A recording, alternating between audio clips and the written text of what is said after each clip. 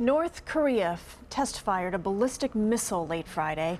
President Trump has responded on Twitter, writing, quote, "North Korea disrespected the wishes of China and its highly respected president when it launched, though unsuccessfully, a missile today. Bad." CBS News correspondent Adriana Diaz is in Beijing right now. Adriana, President Trump has called on China to help de-escalate tensions with North Korea. What have they done so far to do that? Well, that's the big question. We heard for the first time that they did threaten North Korea with additional unilateral sanctions. Right now, China has signed on to UN sanctions, particularly implementing coal bans.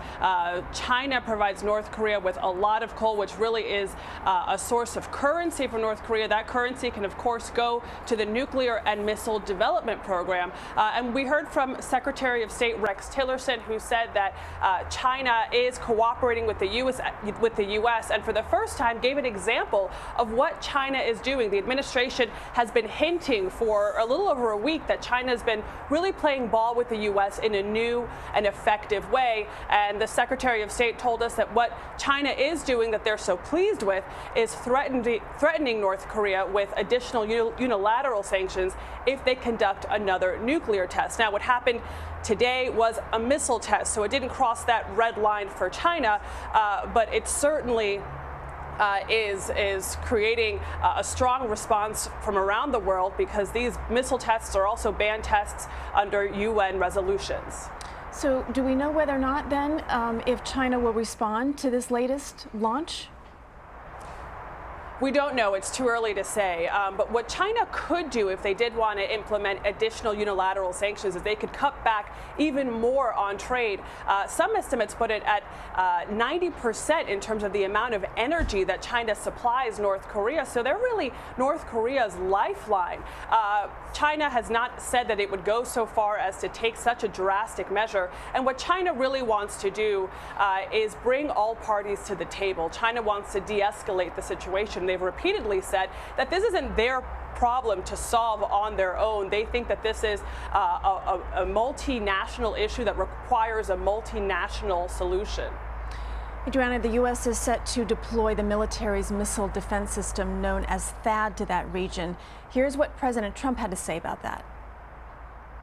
Why are we paying $1 billion? It's $1 billion system. It's phenomenal. It's the most incredible equipment you've ever seen. It shoots missiles right out of the sky. And it protects them, and I want to protect them. We're going to protect them. But they should pay for that. Now, then would be South Korea. What is that country's response to this? Do we know yet? Well, they were shocked to hear that.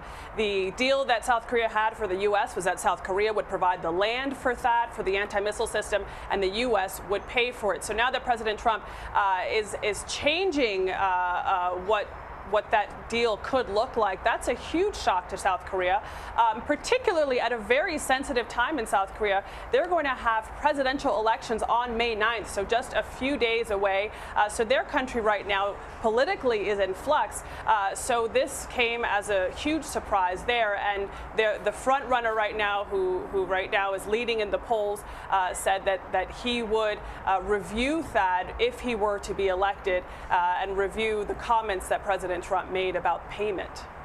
Going forward now, Adriana, are you hearing anything on how things move along here with negotiations between North Korea's neighbors and the U.S.? Well, the U.S. is saying that they will not come to the table unless North Korea shows that it will really make some changes and is changing course. China wants everyone to come to the tables first, talk first, act later. The U.S. says that it doesn't want to negotiate to come to the negotiating table. That's what Secretary of State Rex Tillerson said at the UN. So we're starting to see a little bit more of the traditional divide between the U.S. side and the Chinese side, despite all this talk about them both working closely together. But in terms of direct talks, that's unlikely unless the U.S. sees significant change from North Korea. And the fact that they just conducted another missile test clearly shows that they are not changing course. All right. Adriana Diaz in Beijing. Thank you.